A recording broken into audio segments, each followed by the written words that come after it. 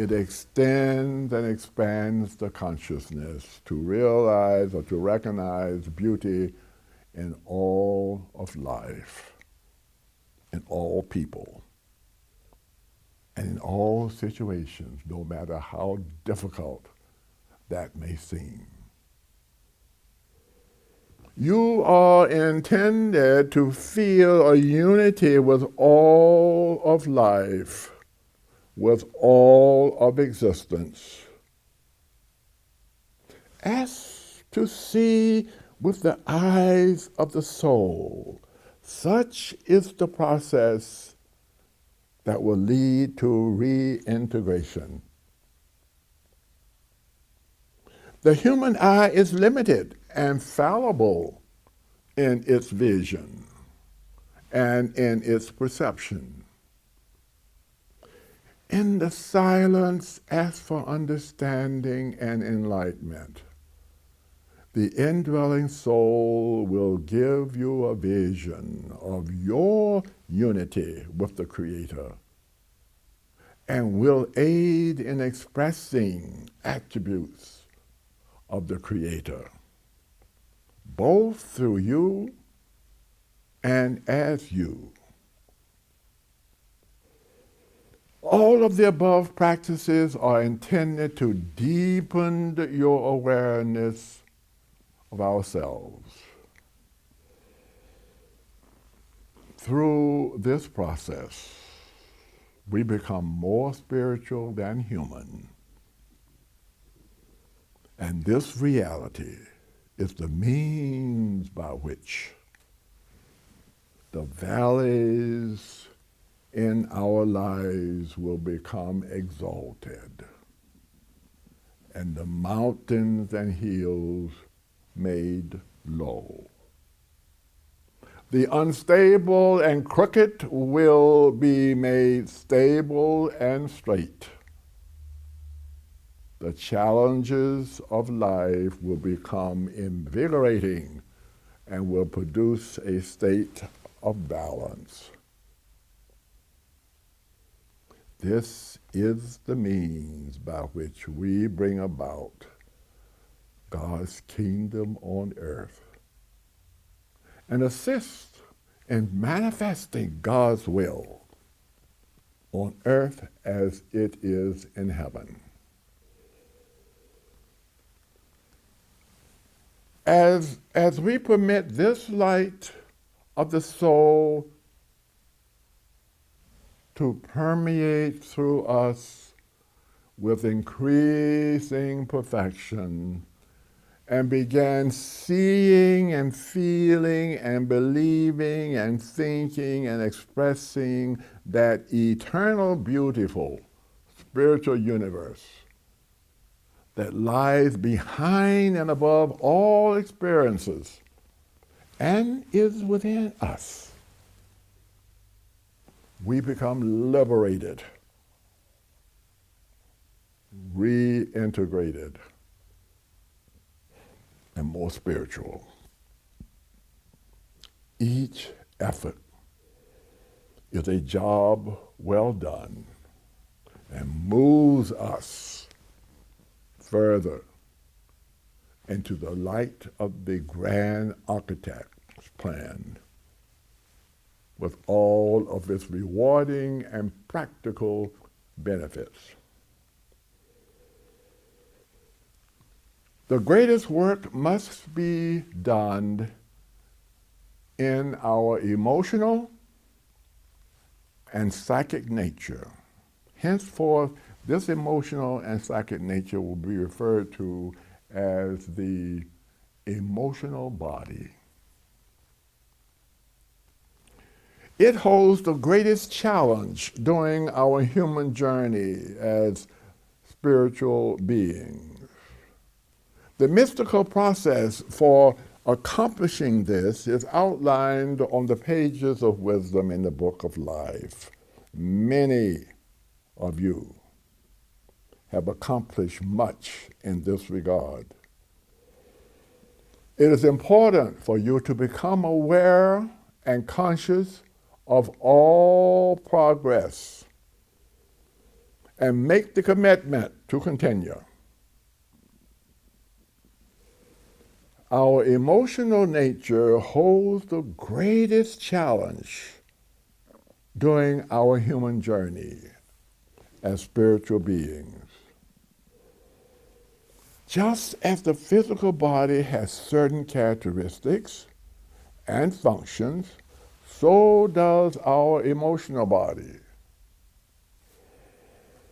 Early in human development, this emotional body is exposed to the vibrations, influences, and feelings of the external world. As a result, it develops an open door policy to external influences. Another way of stating this is that the undisciplined emotional body becomes a reflection of its environment. It takes on the colors, the sounds, the contacts, the impressions, and the movements from its surroundings, and from anyone or anything that desires to enter.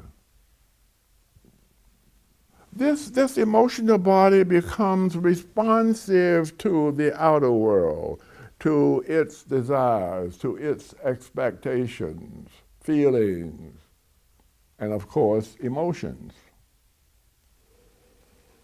These factors leave their characteristic imprints. Those with negative qualities create disharmony, confusion, and may result in disturbing personality traits. Sincere students of the spiritual path must continue progressively to seek and stabilize this important body. Efforts must be made to reorient the emotional body and to establish a guardian at its door in order that only harmonious events are welcome. The inner guardian grows stronger and the open door policy changes. The emotional body ceases to react or to be disturbed. It now reacts only to the higher mental, spiritual, and divine stimuli, and from the promptings of the master within. The path of regeneration and of reintegration begins with a deep and honest desire for the infinite. It proceeds through meditation and contemplation of the mystical and through the progressive initiations, all conditioned with an abundance of prayer. Commit yourself to train and strengthen the emotional body. Much progress is made by utilizing the attributes of the mental and spiritual body. At this point, the law of thought takes hold and guides the traveler. Be consistent and patient in all of your efforts. The emotional body is destined to become as still and clear as a mirror, as well as serene and poised. As we walk between the pillars of opposites, we will be led to the path of balance and we will be able to transmit the light and love from the soul with increasing perfection. Practice the silence daily. Practice daily meditations and prayer. The consciousness expands as a result of meditation, and it will radiate love and harmony into the environment and to all of humanity. Of course, as the process of reintegration occurs, our own imperfections and impurities are realized. Do not become alarmed, for they appear in order that we might expose them to the newfound light and understanding of our higher self. And as we acquire knowledge of the true self, and as we work to quiet the restlessness, water of our passionate emotions, we arrive at a state of imperturbability.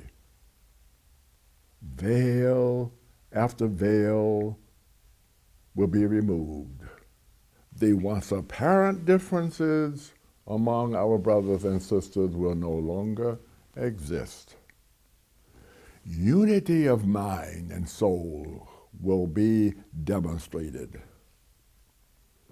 In harmony with this reality, all become as one, as we are meant to be.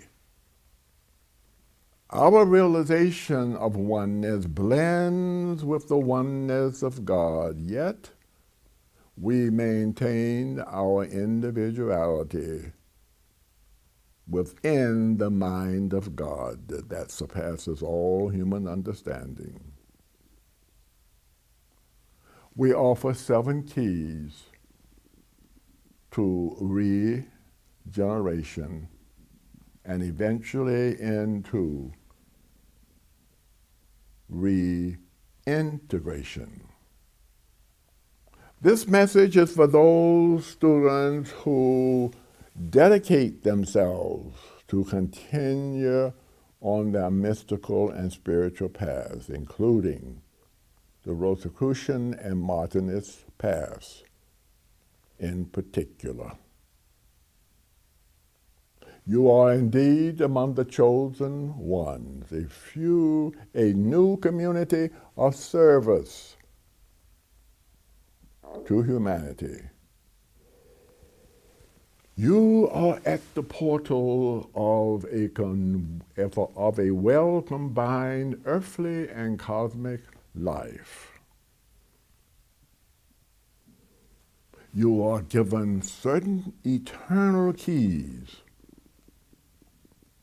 ones that are in harmony with the grand architect's plan that will make existence in this new environment balanced and harmonious.